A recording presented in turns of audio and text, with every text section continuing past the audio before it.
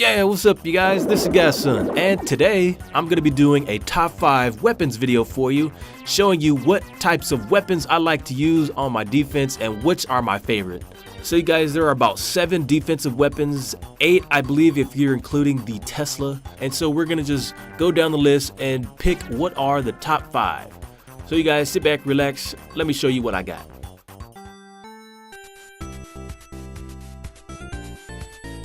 Coming in at number 5, it's the Archer Tower.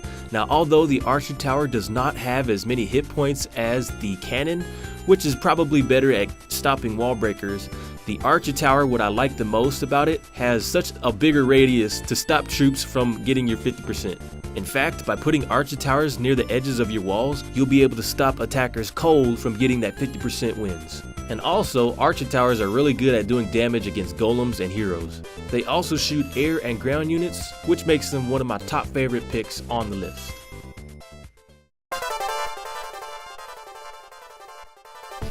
Coming in at number 4, it's the Mortar. The Mortar has a damage per second of 13 and the hit points are 670. It does splash damage and has a range of 11 tiles, stopping those wizards and archers cold. Now you may not remember this, but mortars were a really big part for players in the higher cup range at stopping attackers from luring out their clan castle and heroes. Although it wasn't the strongest weapon, it was really good at foiling some of the attacks when used to put them near the edges of your base. Although now you can't lure out heroes, they are still a really strong weapon if you're at Town Hall 8 and lower, and is the only weapon I can see that has such a shiny look to it.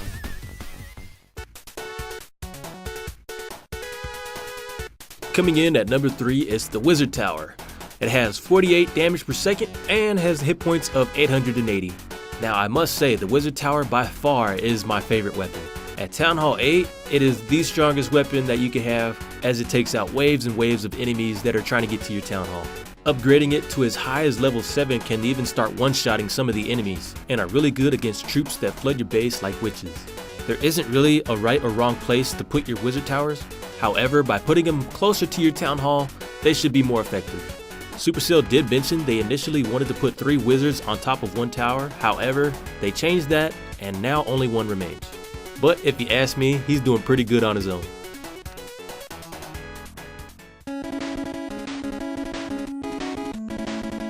Coming in at number 2, it's the X-Bow. The X-Bow is unlocked at Town Hall 9, and as a max level, it costs 80,000 elixir to fill it up. It does 80 damage per second and has 2,800 hit points, making it the hardest weapon to take down on defense. Now the X-Bow is by far one of the most unique weapons and acts something like a turret. In fact, it's so cool, the Archer Queen decided to carry one as well. Although it is weak against troops like golems and dragons, it's pretty good at taking out troops like barbs and archers. It also has a secondary feature so that you can aim it up so it can take out air troops such as minions and balloons. So if you ever decide to push, make sure you have some of these to help you out.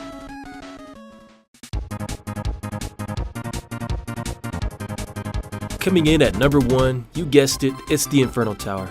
Now the Inferno Tower are actually unlocked at Town Hall 10, and when they were first released, they were the game changer.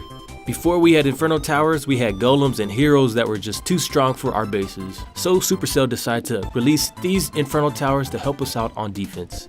Now when they were first released, their range was a lot wider than they are now. However, because of balancing, they have been adjusted so that the range is a little smaller, but they have multi-targets on them.